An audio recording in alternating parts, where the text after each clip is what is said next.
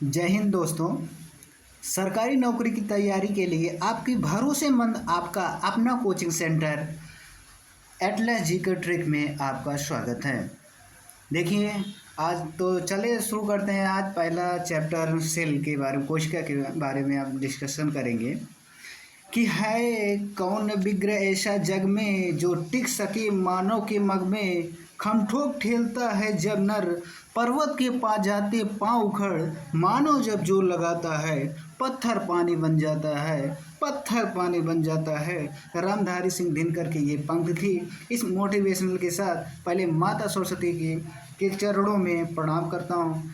इसके बाद अब एक मोटिवेशनल, याद रखिए दोस्तों, मेहनत की हर एक मिनट की कीमत होती है। आज की पढ़ाई ही कल आपकी पहचान बनाएगी। अब इस मोटिवेशनल के साथ स्टार्ट करते हैं अपने चैप्टर में। आ जाते हैं, कोशिका का अध्ययन करना कोशिका विभाजन साइटोलॉजी कहलाता है। ठीक है ना भैया। सेल क्या होती हैं? सेल का अध्ययन करना सेल विज्ञान साइटोलॉजी कहलाता है। साइटोलॉजी शब्द हार्डविंग के द्वारा दिया जाता है। किसके द्वारा दिया जाता है? हार्डविंग के द्वारा दिया जाता है। साइटोलॉजी के जनक रॉबर्ट हुक हैं। कौन भैया? रॉबर्ट हुक हैं। आधुनिक कोशिका विज्ञान के जनक स्वान है। आधुनिक कोशिका विज्ञान के जनक स्वान है। कोशिका विज्ञान के भारतीय जनक A.K. शर्मा। कोशिका विज्ञान के भारतीय जनक A.K. शर्मा। तो भैया आप कैसे याद करेंगे? अध्ययन, कोशिका का अध्ययन साइटोलॉजी कहलाता है। मैंने उस समय बताया था पहले सबसे छोटी सेल क्या होती है? कोशिका होती हैं। उसके बाद उत्तक होती हैं, टिश्यू होती हैं, फिर अंग होती हैं, ऑर्गन होती है, ऑर्गन सिस्टम होता है। इसके बाद क्या होता है? बॉडी होता है। ठीक है ना। अब आगे चलते हैं। आगे देख सकते हैं आप।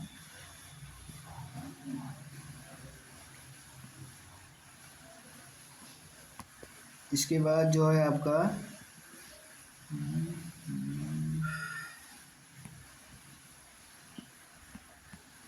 अब देखते हैं इस साइटोलॉजी का जनक रॉबर्ट हुक हो गए। आधुनिक, ये देखिएगा, इस आपका आधुनिक कोशिका का विज्ञान का जनक स्वान हो जाएगा। कोशिका विभाग भारतीय जनक A.K. शर्मा हो जाएंगे। इसके बाद देखते हैं आगे, ये हो जाए कोशिका की खोज का श्रेय 1665 में रॉबर्ट हुक ने दिया था। कौन दिया था भैया? रॉबर्ट हुक ने दिया था। वे सूक्ष्मदर्शी के नीचे जीवित चीज़ों का अध्ययन करने वाले पहले व्यक्ति थे और उन्होंने कार्क उत्तक के एक टुकड़े को सूक्ष्मदर्शी से जांच की और मधुमक्खी के छत्ते जैसी संरचना देखी। तो उस मधुमक्खी की जब छत्ते दिखी तो कॉर्क टिश्यू क्या होता है? वो वृक्ष की बाहरी छाल मृत पौधे। देखो, ये आपका इम्पोर्टेंट हो जाता है कि यह परीक्षा रॉबर्ट हुक की किताब माइक्रोग्राफिया से संक्षिप्त है।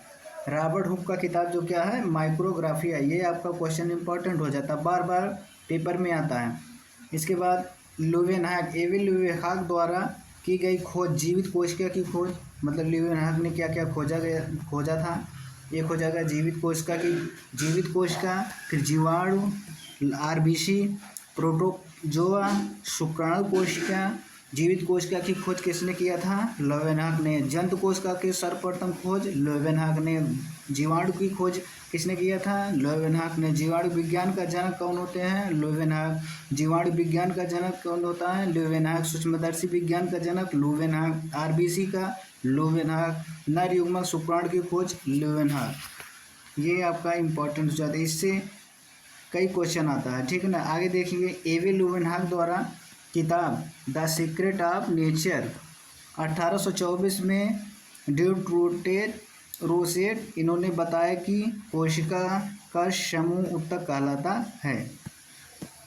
इसके बाद देखिए आपका 1838-39 स्लाइडेन एंसन कोशिका का सिद्धांत। कोशिका जीवित शरीर की सबसे छोटी कोशिका हैं। सभी सजीव कोशिका उसके उत्पाद से बने होते हैं। उदाहरण जीवाणु, पादप, कवक, जंतु। मानव शरीर अपवाद में क्या होता है? विषाणु होता है। फिर मैंने बताया सबसे बड़ी कोशिका कौन सी होती है? शुतुरमुर्ग का अंडा होता है। कितना होता है? 2 kg का होता है। सबसे छोटा कोशिका क्या होता है भैया? माइकोप्लाज्मा गैल सेप्टिकम।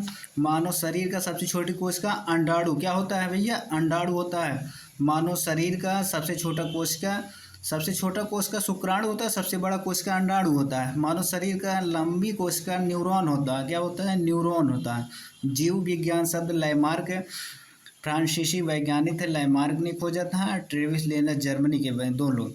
देखिए अब देखते हैं विषाणु क्या होता है। विषाणु में ध्यान दीजिए, विषाणु का शरीर एक कोशिकीय होता है। विषाणु को सजीव और निर्जीव माध्यम की संयोजन कड़ी माना गया है। विषाणु पोषित कोशिका है, हॉट सेल के जाकर सजीवों को भांति व्यवहार करते हैं। आगे देखिए विषाणु क्या होता है? अनुवांशिक। ये विषाणु एक बाहरी आवरण का होता है, एक अनुवांशिक पदार्थ डीएनए आरएनए हो जाएगा, और बाहरी कैप्सिड प्रोटीन के बना आवरण। ठीक है ना। इसके बाद आप देख सकते हैं यहाँ पर गाइस, ये हो जाता है रुडोल्फ विर्चाउ या रुडोल्फ विर्चो या रुडोल्फ विर्चो वही है। 1855 में एक वैज्ञानिक है, इन्होंने एक कथन दिया था, ये दिया था ओमिन सेलुलर।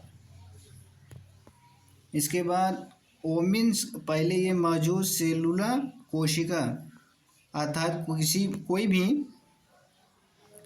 कोई भी कोशिका का निर्माण पहले से मौजूद कोशिका से होता है। कोई भी कोशिका की नई कोशिका का निर्माण पहले से मौजूद कोशिका से होता है। तो ये देखिए आपका संसार की सबसे छोटी कोशिका जीवाणु कोशिका माइकोप्लाज्मा, आकार 1 माइक्रोमिली से कम। दूसरा नाम है PPLO, पेलुरो प्लीमोनियम लाइक ऑर्गेनिज्म। ठीक है ना। संसार का सबसे बड़ी कोशिका कौन? शुतुरमुर्ग का अंडा, मैंने अभी बताया। आकार 133 से 170 मिलीमीटर होता है। मानव शरीर की सबसे बड़ी कोशिका अंडाणु, मैंने वही सब बताया पहले से ही।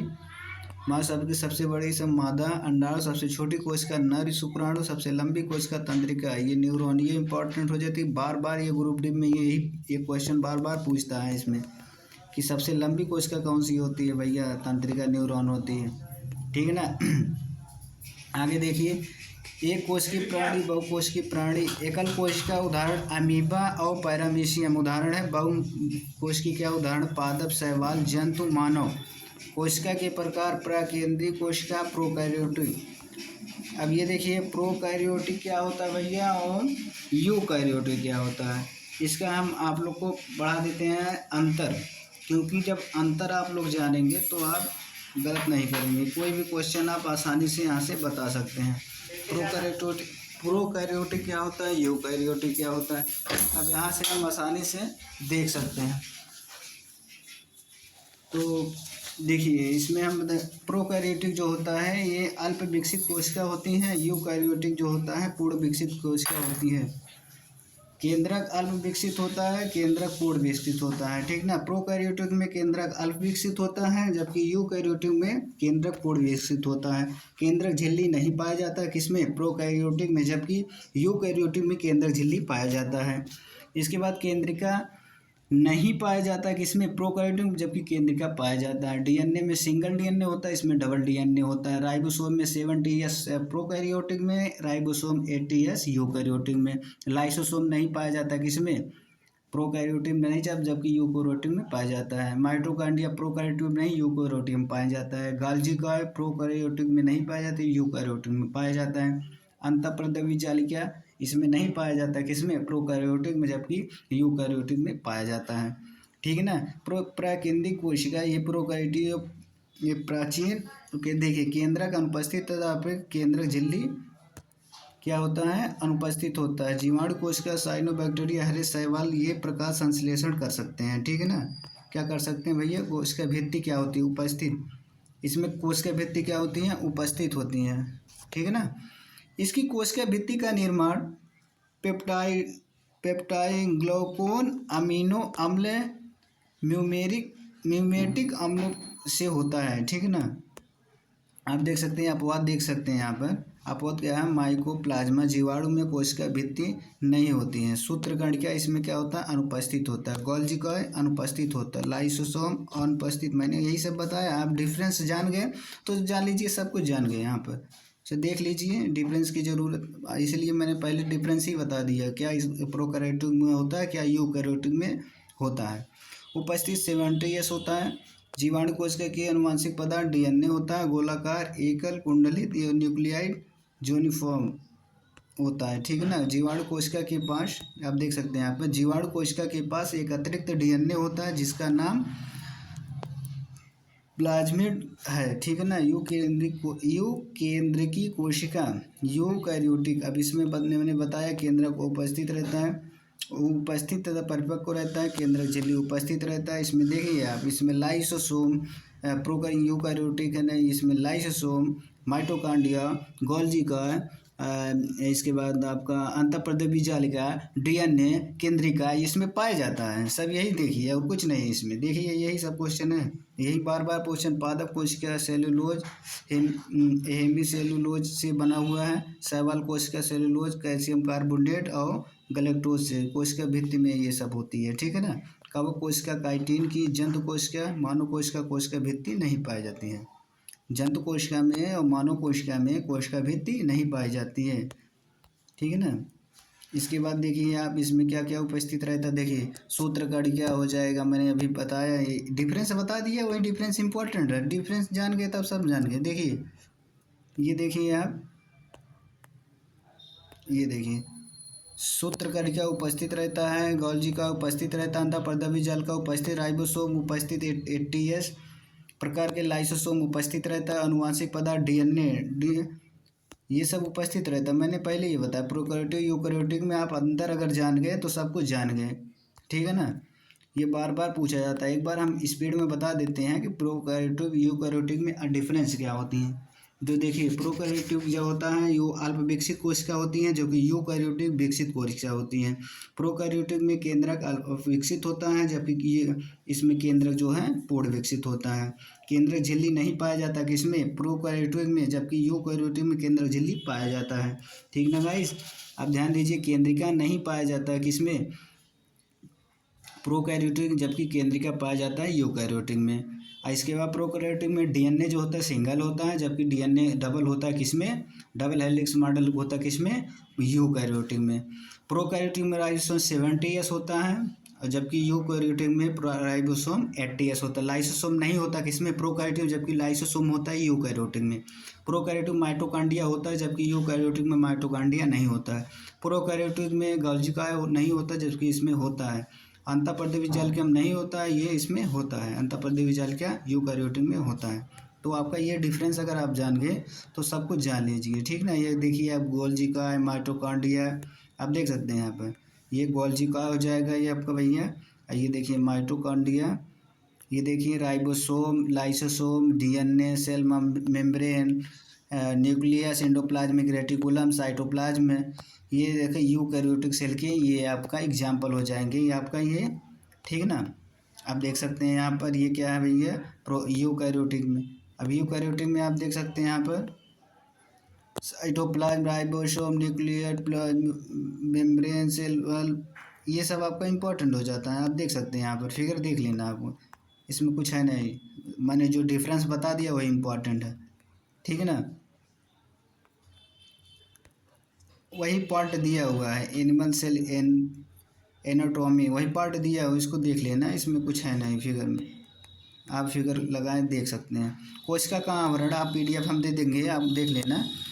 ये कोशिका आवरण, कोशिका भित्ति या कोशिका को आकार प्रदान करती खोजकर्ता जो है रावणठुक है। कोशिका भित्ति कोशिकांगों में उपस्थित जीवाणु कोशिका, पादप कोशिका, और देखिए आप कवक कोशिका, शैवाल कोशिका। जंतुओं मानव में कोशिका भित्ति होती है, देखिए जंतुओं मानव में कोशिका भित्ति नहीं पाई जाती है। कोशिका भित्ति किस में नहीं पाई जाती है, जंतुओं में। एनिमल में कोशिका भित्ति नहीं जबकि प्लांट में पाया जाता है। आप ये ध्यान दीजिए, कोशिका में जो एनिमल में कोशिका भित्ति नहीं पाई जाती है, जबकि प्लांट में कोशिका भित्ति पाई जाती है। ये सब आप ध्यान देना, नहीं तो आप वहाँ पर गलत कर देंगे, किस में, परीक्षा हॉल में। ठीक है ना गाइस। देखिए इसमें और क्या होता है, जैसे देख लीजिए कि प्लांट में जो होता है कोशिका भित्ति पाया जाता है, जबकि एनिमल में नहीं पाया जाता। अब कोशिका झिल्ली दोनों में पाया जाता है, प्लांट में भी और एनिमल में दोनों पाया जाता है। कोशिका द्रव प्लस केंद्रक द्रव इक्वल टू जीव द्रव प्रोटोप्लाज्म। कोशिका द्रव और केंद्रक द्रव दोनों मिलकर जीव द्रव बनाता है, प्रोटोप्लाज्म बनाता है। इसके बाद ग्राम सूचक रंजक देखिए, बैक्टीरिया की प्रजातियों को दो बड़े समूहों ग्राम धनात्मक तथा ग्राम ऋणात्मक में वर्गीकृत करना सिद्धांत। यह वैज्ञानिक रंग दिखाई दे तो ग्राम धनात्मक जीवाणु, यदि गुलाबी रंग दिखाई दे तो ग्राम ऋणात्मक जीवाणु होता है। प्लाज्मा झिल्ली क्या होता है, तो देखिए प्लाज्मा झिल्ली मैंने वही बताया, यह एक द्विपरतीय संरचना, इसका निर्माण फास्फोलिपिड द्वारा होता है और ये जो है आपका लिपिड प्रोटीन लिपिड कार्बोहाइड्रेट से बना हुआ है। यह एक अर्धपारगम झिल्ली होता है, वह झिल्ली जो अणुओं या आयनों ही अपने से होकर गुजरने लगती है। ठीक है ना। प्लाज्मा झिल्ली की द्विपरतीय संरचना समझाने के लिए सिंगर तथा निकोलस द्वारा दिया था। ठीक है ना। इस दोहरी परत की संरचना को सबसे पहले आरबीसी की कोशिका में गैंड द्वारा देखा गया था। अब इसके बाद आप ध्यान दीजिए, इसमें प्लाज्मा झिल्ली की खोजकर्ता क्रेमर तथा नगेली है। प्लाज्मा झिल्ली की मोटाई 74 एंगस्ट्रॉम से 75 नैनोमीटर या 0.0075 नैनोमीटर है। ये इसके बाद देख सकते हैं आप, ये नाभिक केंद्र क्या होता है, केंद्र। तो आप नाभिक केंद्र के बारे में यहाँ पर डिस्कशन करेंगे। केंद्रक देखिए, केंद्रक जो होता है खोज रॉबर्ट ब्राउन ने किया था। किसने किया था भैया, रॉबर्ट ब्राउन ने किया था।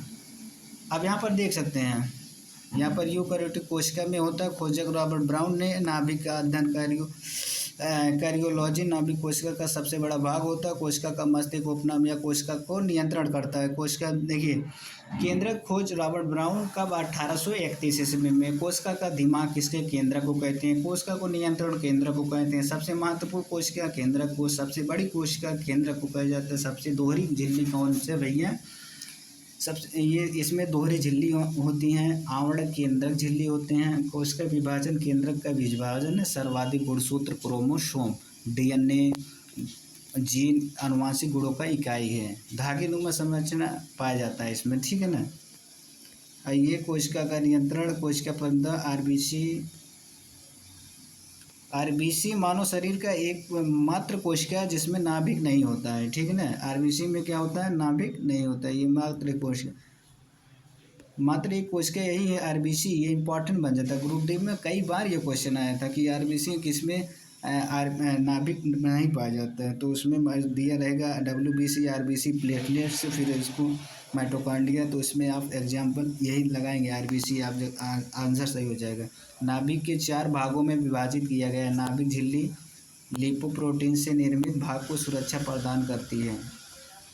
केंद्रक द्रव क्या होता है, केंद्रक द्रव्य हम देख सकते हैं नाभिक का द्रवित भाग, इसमें आरएनए और प्रोटीन उपस्थित होता है। केंद्रिका न्यूक्लियस नाभिक के बीच में बैंगनी रंग गेंद जैसी संरचना या केवल कोशिका विभाजन के समय द्रव्यमान होता है। ठीक है ना। क्रोमेटिन क्या होता है, क्रोमेटिन नाभिक की धागेनुमा संरचना मैंने डीएनए तथा क्रोमोसोम के निर्माण में सहायक होता है। ठीक है ना। नाभिक में दो प्रकार के अम्ल उपस्थित होते हैं। एक केंद्रक होता है, केंद्रक एक डीएनए होता है, एक आरएनए होता है। डीऑक्सीराइबोन्यूक्लिक एसिड या डीऑक्सीराइबोन्यूक्लिक या केंद्रक सूत्रकर्णिका तथा हरित लवक में पाया जाता है। राइबोसोम या कोशिका द्रव्य में पाया जाता है। साइटोप्लाज्म में पाया जाता है। देखिए अब यहाँ पर देख सकते हैं, डबल हेलिक्स संरचना कुंडलित न्यूक्लियोटाइड से निर्मित, न्यूक्लियोटाइड से भी ये भी निर्मित होता है। ये सिंगल हेलिक्स मॉडल होता है, डबल हेलिक्स मॉडल होता है। न्यूक्लियोटाइड शर्करा, फास्फोरिक और फास्फोरिक अम्ल, नाइट्रोजनिक क्षार उपस्थित होता है। ये आरएनए संरचना में 2 राइबोसोम शर्करा डीएनए संरचना में 2 राइबोसोम शर्करा होती है, आरएनए संरचना में 1 राइबोसोम शर्करा होती है। ये आपका डिफरेंस हो जाएगा, डीएनए आरएनए का डिफरेंस हो जाएगा, ठीक है ना। देखिए इसमें देख सकते हैं आप प्यूरिन, ये देखिए प्यूरिन है, एडेनिन, ग्वानिन, साइटोसिन, पिरामिडिन, नाइट्रोजनी क्षार दोनों होती है, ठीक ना। क्या होती है? नाइट्रोजनी क्षार होती है। इसमें साइटोसिन, थायमिन, यूरेसिन ये हो जाता है भैया। इसमें एडेनिन और थायमिन के बीच में डबल बॉन्ड होता है, हाइड्रोजन बंध जिसे कहते हैं। साइटोसिन और ग्वानिन के बीच में क्या होता है? ट्रिपल बॉन्ड होता है। ये आपका इंपॉर्टेंट हो जाता है, बार बार क्वेश्चन पूछता है कि एडेनिन थायमिन के बीच में कौन सा बॉन्ड होता है, तो हाइड्रोजन बंध होता है और डबल बॉन्ड होता है। जबकि साइटोसिन और ग्वानिन में ये क्या होता है? ट्रिपल बॉन्ड होता है। इसके बाद देखिए फंक्शन क्या करता है इसका, फंक्शन आप देख सकते हैं गाइस। फंक्शन कार्य, डीएनए का आनुवंशिक पदार्थ है ये, डीएनए का आनुवंशिक क्षेत्रों का स्थानांतरण करता है। एडेनिन, थायमिन, साइटोसिन, ग्वानिन जो क्या करता है? 2 नाइट्रोजनी क्षार के बीच दूरी 3.4 एंगस्ट्रॉन होता है। एक कुंडली में कुल 10 नाइट्रोजनी क्षार होते हैं, 20 एंगस्ट्रॉन। डीएनए के पैकेजिंग हिस्टोन प्रोटीन होता है। देखिए आरएनए देख सकते हैं आप गाइस, यहाँ पर आरएनए, यह डीएनए और आरएनए, जैसे डीएनए को आरएनए में अगर चेंज करेंगे तो उसे अनुलेखन कहते हैं, और आरएनए से प्रोटीन में अनुवादन कहते हैं, ठीक है ना, चेंज करने पर। RNA, mRNA, messenger RNA, ribosome RNA. देखिए आरएनए कितने प्रकार के होते हैं? 3 प्रकार के, एमआरएनए, आरएनए, टीआरएनए।